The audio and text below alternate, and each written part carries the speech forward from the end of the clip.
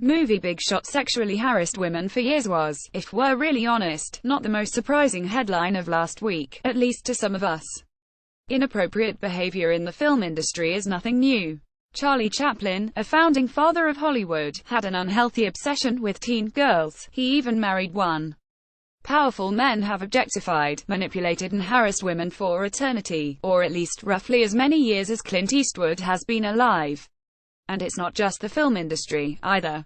Lest we forget, or should that be how could we forget, we've just marked the first anniversary of when we learnt that the President of the United States grabbed women by the pussy. Sexual assault, however, isn't the preserve of Americans, as we all know after the Savile allegations and the many men involved in Operation Yewtree. Most recently, allegations against former British Prime Minister Ted Heath of the unsolicited touching and rape of young boys made headlines last week. So, just to recap, sexual assault is an expression of those who believe they have untouchable power of violating, cruel and heinous crime to reassure the perpetrator of his own invincibility. I know this, you know this, yet here we still are. Trump is still president, Bill Cosby got a mistrial and Bill O'Reilly was fired with a handshake worth millions. However, contrary to our culture of wrist-slapping sex offenders and pretending the whole thing never happened, today Weinstein has been sacked from the Weinstein Company. It is a victory for the women and men he continued to terrorize and may have gone on to terrorize.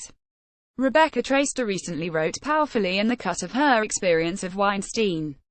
She followed him for a story as a junior reporter. I remembered what it was like to have the full force of Harvey Weinstein screaming vulgarities at me, his spit hitting my face. That kind of force, that kind of power, I could not have won against that. She goes on to suggest that no one could have for decades. The reporters who tried to tell the story of Harvey Weinstein butted up against the same wall of sheer force and immovable power.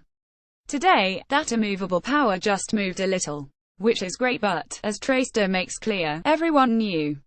The brilliant Anne-Helen Petersen from BuzzFeed writes Weinstein's alleged abuses of power were a joke on 30 Rock and a thinly veiled storyline on Entourage. It was everywhere and nowhere. Nobody officially knew about these alleged abuses of power, at least not enough to do anything about it, and yet everyone did. Weinstein himself released a car crash of a statement. In our world of marching women and actresses speaking out, Weinstein's admission sounds less like guilt and more like lack of alternative, while Traister points out that Weinstein had an economic, social and cultural power that bought off and demanded, mostly through fear, silence. Petersen makes the astute point that women knew and simply had to deal with it, compared with men who could look the other way. The waitresses, the makeup artists, the journalists, the actresses, the women all knew. But because male privilege didn't have to know it, didn't have to see it, didn't have to be warned against it, Weinstein's behavior can still be treated as revelation, shock, horror, surprise, as so brilliantly articulated in The Onion's How Could Harvey Weinstein Get Away with This, asks man currently ignoring sexual misconduct of 17 separate co-workers, friends, acquaintance. In numerous ways. From financial to gendered, Weinstein's actions supported and reaffirmed an existing power hierarchy that everyone recognized, even if they saw it from completely different angles. So, on with the show. But what about a class of people who had as much power as Weinstein? What about Hillary Clinton and Gwyneth Paltrow and Barack Obama, all of whom had a relationship with him? Obama sent his teen daughter to do work experience at his company earlier this year. Can they really claim ignorance? Of course, many in the press are using pictures of Weinstein and Hillary together as yet another rock to throw at her. My personal favorite is the headline from the Washington Examiner: Harvey Weinstein should force the media to admit Hillary Clinton is not a feminist icon. Perhaps I'm blinded by HRC idealism here, but I'm exhausted by the extensive and endless attempts to blame a woman for a man's actions.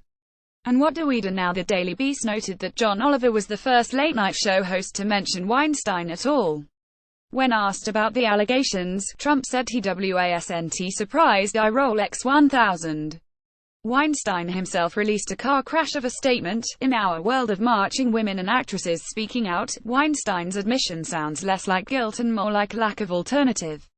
But, other than more victims, it doesn't matter who speaks up now. Now the investigation has been published and Weinstein has been fired, now that he has been found out, now that he is not invincible anymore.